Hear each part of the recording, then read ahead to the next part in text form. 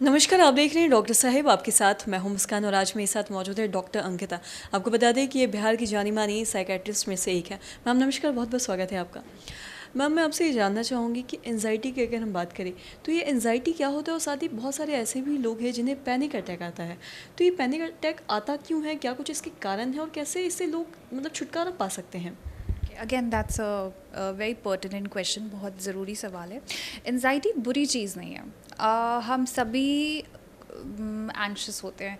Exam से पहले हम एंक्शस होते हैं। इस इंटरव्यू से पहले शायद मैं एंक्शस थी, आप एंक्शस थे कि इक्विपमेंट सही से लगाना है, मुझे था कि मुझे इंटरव्यू ठीक से देना है। तो एनजाइटी हमें ज़िंदगी में अपने काम को करने के लिए कई बार प्रेरित भी करती है, हेल्प भी करती है।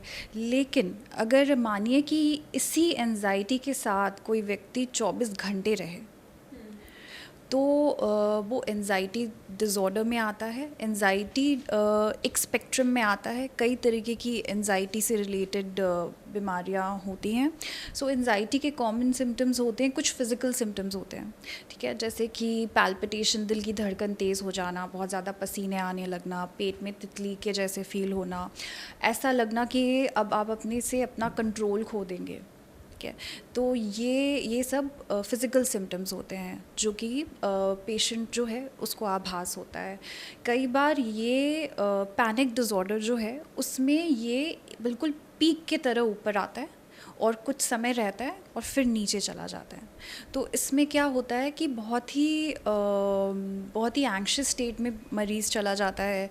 उस समय वो अपना काम नहीं कर पाता है और उसको हमेशा ये डर सताता है कि ये कहीं मेरे साथ वापस से ना हो, ये मेरे साथ वापस से ना हो। तो वो बहुत अवॉइड करने लगते हैं, जैसे कि कहीं काम के जगह पे काम पे जाना छोड़ देंगे, घर से बाहर निकलना छोड़ देंगे, या किसी क्राउडेड प्लेस पे नहीं जाएंगे। हो सकता है उनको कोई चीज़ पसंद हो वो करना छोड़ दें कि वापस से पैनिक अटैक ना हो जाए उसके डर से।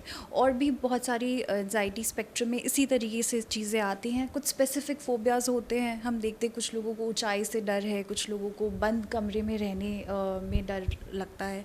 एक जनरलाइज्ड एंजाइटी डिज़ॉर्डर होता है जिसमें ऐसा लगता है कि कुछ अनहोनी घटना हो सकती है। प्रॉब्लम ये है कि एंजाइटी डिज़ॉर्डर का जो एंजाइटी स्टेट है वो पूरे समय बरकरार रहता है और मरीज़ को अपने दिनचर्या में करने वाले काम में कई बाधाएं आती हैं। अगेन ये एक साइकेट्रिक डिज़ॉर्डर है, जिसके लिए दवाइयाँ हैं, जिसके लिए काउंसलिंग है, जिसके लिए थेरेपीज़ हैं और इसका बहुत अच्छा आउटकम होता है। साथ ही अगर पैनिक अटैक की अगर हम बात करते हैं तो क्या ये कभी भी किसी भी समय हो सकता है? अगर हम खा रहे हैं या फिर कहीं बाहर घूमने गए हैं, कुछ ऐसे फंक्शन में है, सारे लोग हैं, सेलिब्रेशन हो रहा है, क्या वहाँ पे भी पैनिक अटैक आ सकता है? हाँ बिल्कुल, और यही तो प्रॉब्लम, बहुत ही बड़ी प्रॉब्लम है कि आप किसी काम में इन्वॉल्व हैं और वहाँ पे आपको पैनिक अटैक आ गया। तो ये है कि इलाज जब होता है तो ये पैनिक डिज़ॉर्डर्स, पहली बात तो नंबर्स कम हो जाते हैं। जैसे किसी व्यक्ति को दिन में 2-3 बार हो रहा है या मे बी बहुत बार हो रहा है तो वो नंबर्स कम हो जाएंगे, धीरे धीरे करके ये अटैक्स आना बंद हो जाएंगे। थेरेपी से हम ये सीखते हैं कि आप अपने थॉट्स को कैसे कंट्रोल कर सकते हैं, जिस वक्त आपको पैनिक आता है उस वक्त आपको क्या करना चाहिए।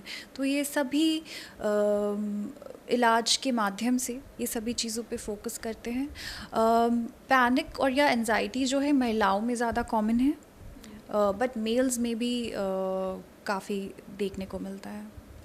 बहुत बहुत शुक्रिया तमाम जानकारी देने के लिए। तो आशा करते हैं दर्शकों कि आप भी समझ पाए होंगे कि पैनिक अटैक क्यों आता है, कब आता है और इसके क्या कुछ कारण हैं। तो आशा करते हैं दर्शकों जो तमाम जानकारी आपके लिए लाभदायक रही हो। तो आज की इस वीडियो में इतना ही। अगर आपने अब तक हमारे चैनल को सब्सक्राइब नहीं किया तो तुरंत कर ले, साथ ही हमारे फेसबुक पेज को लाइक करें। वीडियो देखने के लिए आपका धन्यवाद।